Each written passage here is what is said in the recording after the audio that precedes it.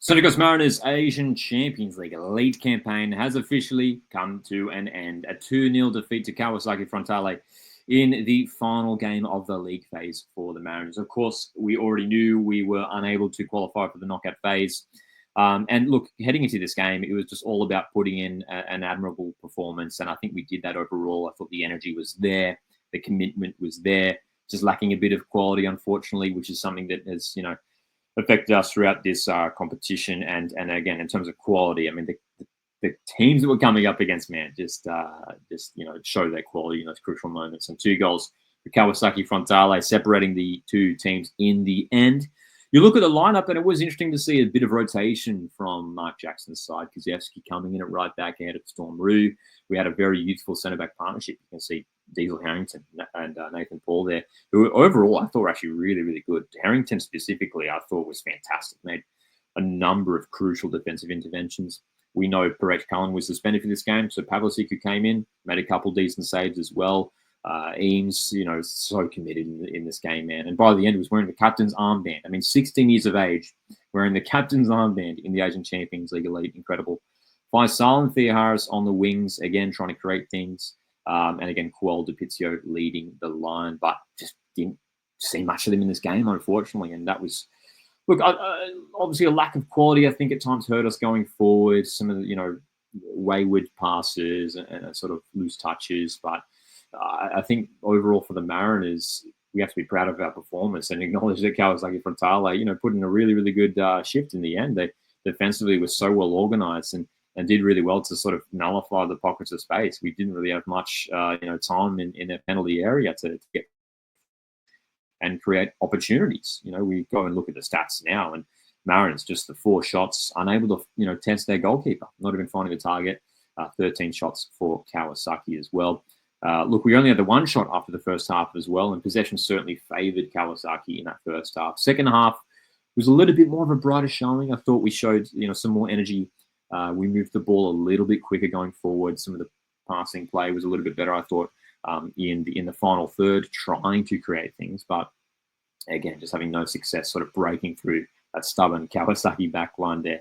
Possession stats did start to even out a little bit. And it felt like in the last 10 minutes there, especially with 8 minutes added on, that, we could have, found just that one moment. As we know, all it takes is one opportunity, just one little opening. And, it would have been, I think, look, obviously, even a draw, it would have been a nice way to finish off the competition with a late goal, especially considering the team that we had on at the end of this game. Like, if we look at the lineup, if we look at the players who came on at the end there, obviously you've got some more experienced players there, like McCallum for Al, Storm Rue, but De Lima and Brantman coming on at the end there. I mean, they were leading the attack. You look at the other young guys there in Eames and Harrington. I mean, all these guys, such a youthful team. And we just have to be proud of the, just the effort I think this young team shows, that this young team has, I guess, showed throughout so many games in this competition, coming up against the best teams in the continent. Great as well. I mean, shout out as well to the traveling Mariners fans who were in attendance for this game. You could see them in that pocket of the stands. We were in there in really strong numbers, and we're cheering the boys on. Unfortunately, we couldn't get the goal, to, I guess, reward those fans. But still, the effort was, I think, really admirable from the players. And look, all focus now turns to the A-League. This competition didn't work out for us. As we look at the standings at the time of this recording, Mariners, well, we will finish the league phase bottom of the table. 1 draw, 7 losses, the 9 scored, 21 conceded. It wasn't ideal, but obviously injuries affected things. The fact that this competition started before we even started the A-League season, that sort of affected things as well. So there's numerous factors that sort of came into play as well. But look, it was always going to be difficult, especially when we lost so many quality players from last season as well.